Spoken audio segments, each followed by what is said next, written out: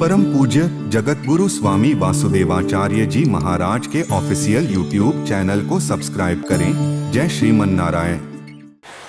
जहां पर दानवीर कर्ण को दान की जिम्मेदारी और कोठार भंडार कोषागार का मालिक दुर्योधन को बना दिया था भगवान ने। और दुर्योधन खूब स्वर्ण की असरफियां मोहरें निकाल निकाल कर देता और कर्ण दान देने की जिम्मेदारी वाला था, दान देता। इसलिए दानी व्यक्ति को दान की जिम्मेदारी सौंपी गई यज्ञ में। दानवीर कर्ण दान देगा और दुर्योधन निकाल निकाल दे रहा था अपने दिमाग से कि इनका खजनवा खत्म कर दें, बेइज्जत हो जाए। वो तो काम बिगाड़ने के लिए सोचेगा ना, युधिष्ठिर का काम क्यों बनाना चाहेगा। निकाल निकाल के सोना चांदी हीरा पन्ना नीलम पुखराज निकाल निकाल करके दे रहा था। यहाँ उदारता पूर्वक दान कर रहे थे। भीमसेन सोचे सब बिगाड़ने पर जुड़े, बिगाड़ने में जुटे। भगवान कृष्ण के पास आकर भीमसेन ने कहा क्या आपने कर दिया, दुर्योधन को आपने दे दिया जिम्मेदारी, सारे भंडारे की मारा सरफियां निकाल निकाल कर दे रहा है, कर्ण उड़ा रहा है, लोगों को बांट रहा है। हम इसी तरह से काम होगा। जग बिगाड़ने के लिए आया हुआ है दुर्योधन, पूरा कोठार खाली करने के चक्कर में पड़ा है। बोले तुम अंदर गए थे, कोठार देखे थे क्या?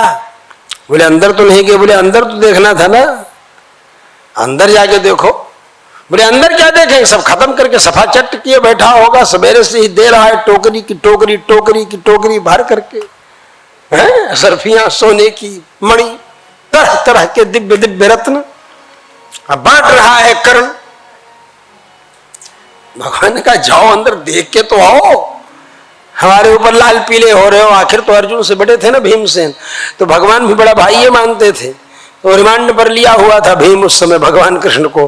भगवान कृष्ण ने कहा भाई हमने सौंपी है जिम्मेदारी तो कोई बात नहीं, आप जाके कोठार देखो। तो अंदर अंदर जाकर के कोठार देखने लगे तो जितने कूड़ा थे ने बड़े बड़े मटके जिसमें रखा था सारे ओवरफ्लो हो रहे थे।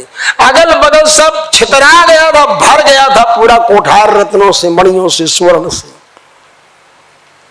बोली इतना घड़े के तो चारों तरफ वही सब भरा है, घड़ा भी भरा हुआ है, ओवरफ्लो होकर के चारों तरफ भरा हुआ था, इतना कहां से आ गया?